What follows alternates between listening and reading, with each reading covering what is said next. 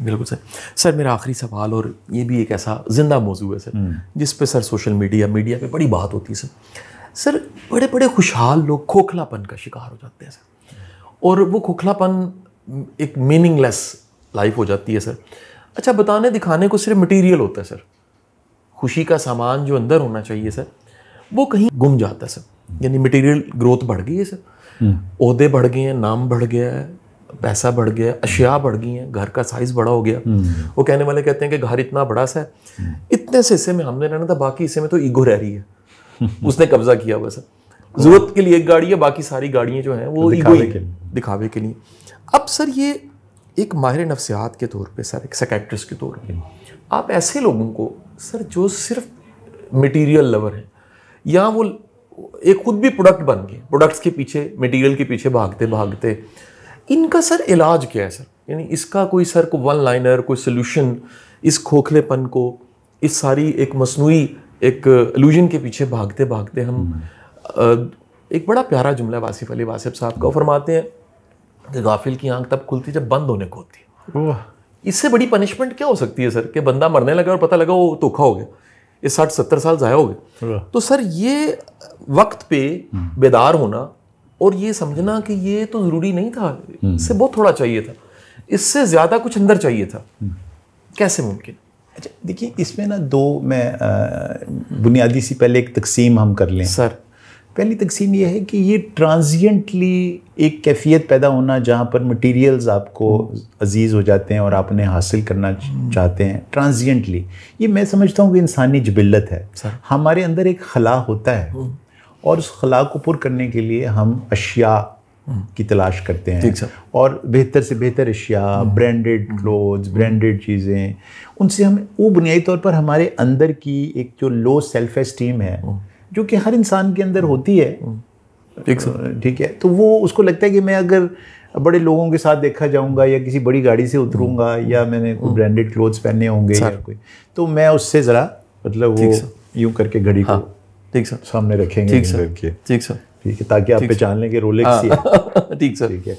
फिर वो ज़रा अगर आपने नहीं नोटिस, वो ऐसे करते हैं सर, ऐसे भी करेंगे, ठीक है। सेल फोन भी सर उल्टा सीधा हो रहा था, वो भी अच्छा, पार्कर दा पेन भी इत्थे लाया होगा, ठीक है, गोल्डन गाड़ी की चाबी, वो मतलब गाड़ी की चाबी आप ऊपर ला के रख दें।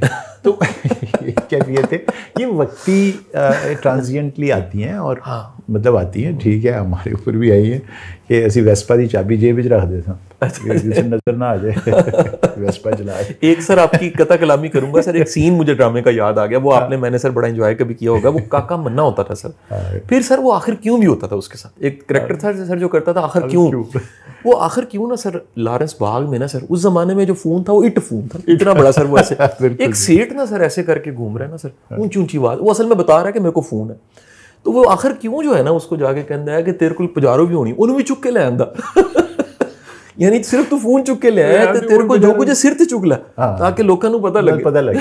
सो ये एक थोड़ी सी ट्रांजिएंट स्टेट के तौर पर आना, मैं समझता हूँ कि ओके, हम सब उसमें से गुजरते हैं, गुजर जाए, दुआ ये है कि ये गुजर जाए, अल्लाह, ये एक मंजिल सी आए और गुजर जाए।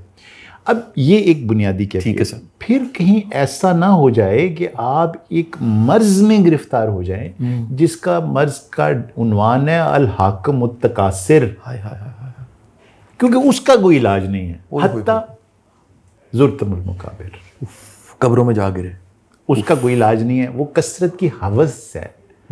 अच्छा, इसमें मैं ये समझता हूँ कि ये एक बीमारी है, ये बीमारी है, ये बीमारी है, ये रूहानी बीमारी है। अच्छा सर।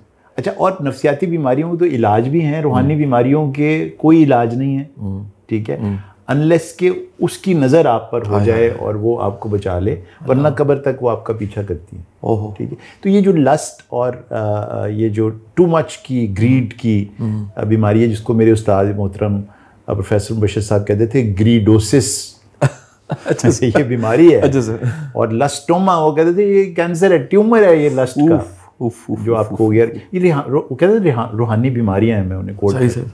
तो अल्लाह उनको तरीके आमीन रहमत करे और बेहतर मकामात पर वो हैं और वैसे ही रखे। तो ये तो बीमारियां हैं, इनका कोई हल नहीं है। चांस ये है कि मियाँ बीवी, माँ बाप, बहन भाई एक दूसरे को मदद करें इसमें। अच्छा सर। वो जैसे मैंने आपको बताया ना कि वो नफ्सियाती बीमारियों का इंसान को पता नहीं लगता, इसी तरह से जो रूहानी बीमारियां हैं, ठीक है, ये भी एक दलदल है। इसमें जो गिर जाता है ना, वो अगर एफर्ट करता है निकलने की इसमें से, तो और धंस जाता है। ठीक है। तो इसलिए इन बीमारियों में मदद आपने उस दोस्त से लेनी है, ठीक है, जो आपको कहे कि उनमें अपना हाथ फड़ा दे, तू फंस गया दे, तो उसको ये बात पहुंचाएं कि ये तुम इस बीमारी में चले गए हो, ठीक है, और मैं तुम्हारे लिए हाजिर हूँ और मैं आपको पुल कर लूँगा, इसमें से निकाल लूँगा।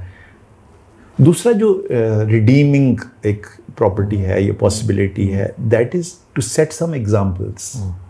ठीक सर। ठीक है, वो एग्जाम्पल्स अपनी औलाद के लिए भी और अपने दोस्तों के लिए भी, साथियों के लिए, अपने स्टूडेंट्स के लिए भी सेट करने की ज़रूरत है। ठीक सर। ठीक है, ठीक है सर। और उसका तरीका ये है कि आप उस मंजिल को, जो कि बहुत सारा कुछ हासिल होने से मिलती है, उसके 2 स्टेप्स हैं। अगर आप स्टेप बाय स्टेप किसी मंजिल पे पहुंच जाते हैं, सीढ़ियाँ चढ़ते हुए उस मंजिल पे पहुंचते हैं, तो इसमें रब का करम भी है, आपकी मेहनत भी है, इसको एंजॉय करें। ठीक है सर। ठीक है, ठीक है सर। तो कोई मसला नहीं है, आपने हलाल के साथ मेहनत करके, एफर्ट करके उस पहाड़ को सर कर लिया। इसके ऊपर कोई एक्सेस और ग्रीड और लस्ट समझने की जरूरत, आप जाके झंडा गाड़ें प्राइड के साथ। बिल्कुल ठीक है कि मैं अपने एफर्ट और एबिलिटी के साथ यहाँ पहुँच गया, ठीक है, मैं यहाँ पहुँचा हूँ, उसके अंदर एक बड़ी प्राइड है और दूसरे लोगों के लिए एक एग्जाम्पल है।